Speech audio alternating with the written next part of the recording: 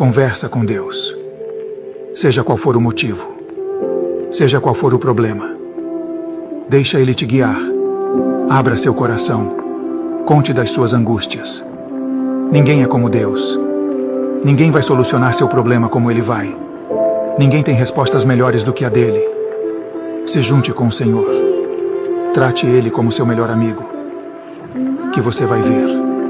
As coisas em geral vão ter um peso muito mais leve.